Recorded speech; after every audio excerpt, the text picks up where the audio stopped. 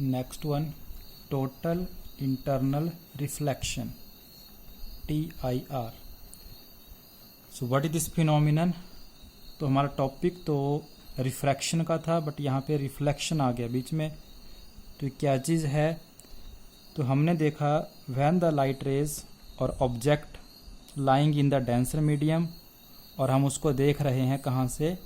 From the rare medium से। ये आपकी लाइट रेज जो कैसे फॉल हुई इस XY सरफेस के ऊपर, जो क्या कर रहा है? दो मीडियाज को सेपरेट कर रहा है। This one is the rare medium, this one is the denser. Say this is the water, इसको वाटर मान लिया हमने, ग्लास भी हो सकता है। This is the air. So जो लाइट रेज यहाँ से नॉर्मली फॉल कर रही है, तो नॉर्मल वाले केस में हमने क्या पढ़ा था? विदाउट रिफ्रैक्शन सीधी चली जाएगी। नेक्स्ट वन, ये लाइट रेज जो कैसे फॉल हो रही है? नेक्स्ट वन, ये light rays incident at an angle I। कैसे रिफ्रैक्शन होगा? उसके लिए first of all normal draw किया हमने पॉइंट ऑफ इंसिडेंस के ऊपर। डेंसर टू रेयर है, away from the normal, normal से अवे हो जाएगी। दिस इज द रिफ्रैक्टेड रे। नेक्स्ट वन, जो रे नेक्स्ट हमने इंसिडेंट की से, दिस इज द A2। कहाँ को जाएगी रिफ्रैक्ट होके? तो first of all normal draw करके यहाँ पे हमने फिर से एंगल I पता किया से, this is the I'। Refraction again denser to rare है तो अवे फ्रॉम द नॉर्मल। लेकिन अब हम यहाँ पे एक चीज नोटिस करें कि जैसे आपका एंगल ऑफ इंसिडेंस बढ़ रहा है, इस सिचुएशन में क्या था? फर्स्ट अगर हम देखें यहाँ के लिए I भी 0 है और R भी 0 है। इस पे I जितना है उसके कॉरस्पॉन्डिंग R बढ़ गया है। अगली पोजीशन पे जाओगे, I जो है वो इससे ज़्यादा है, I'।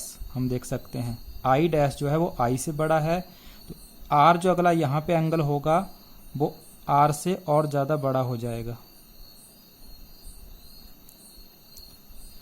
नेक्स्ट पोजीशन पे दिखाएंगे, अगेन यहाँ से और ज़्यादा इंक्रीज हो जाएगा।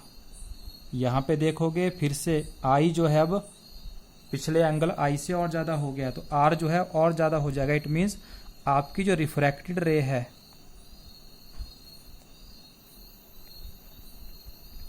जो आपकी रिफ्रैक्टेड रे है, जैसे जैसे I इंक्रीज हो रहा है वो नॉर्मल से away, it bends away from the normal, normal से दूर होती जा रही है।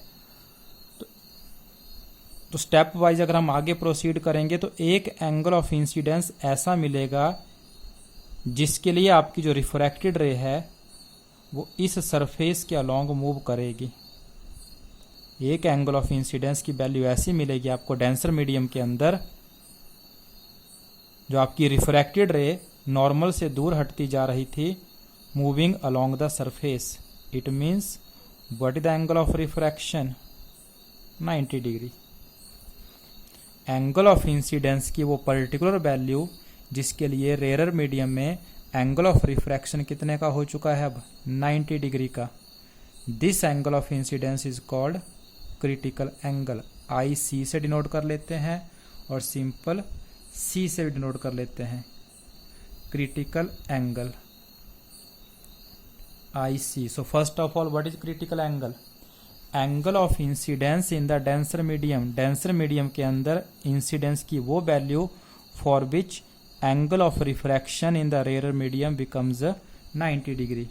When I equal to IC, जिस टाइम एंगल I की कीमत, I अलग अलग था, यहाँ I कुछ और है, यहाँ I कुछ और है, यहाँ एक पर्टिकुलर वैल्यू है इस इन दोनों मीडियम के लिए, इस दिए हुए मीडियम के पेयर के लिए एक पर्टिकुलर एंगल की वैल्यू ऐसी है।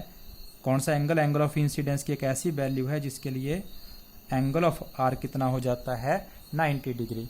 This angle is called critical angle. Next one, जब हम इससे अगली पोजीशन पे लाइट रेज को इंसिडेंट करेंगे तो क्या होगा? यहाँ फिर से आपका एंगल ऑफ इंसिडेंस बनेगा, लेकिन ये जो एंगल ऑफ इंसिडेंस होगा अब क्या होगा? इससे बड़ा होगा। हर स्टेप में एंगल ऑफ इंसिडेंस इंक्रीज हो रहा था, तो नेक्स्ट एंगल ऑफ इंसिडेंस इससे ग्रेटर होगा। Angle of incidence greater than I C अगर हो गया है, तो आई सी पे तो रिफ्रैक्टेड रे कहाँ जा रही थी, अलोंग द सरफेस। तो जब आई की वैल्यू अब आई सी से बड़ी हो जाएगी, आपकी रिफ्रैक्टेड रे returns back in the same medium, उसी मीडियम में वापिस हो गई है, डेंसर मीडियम में।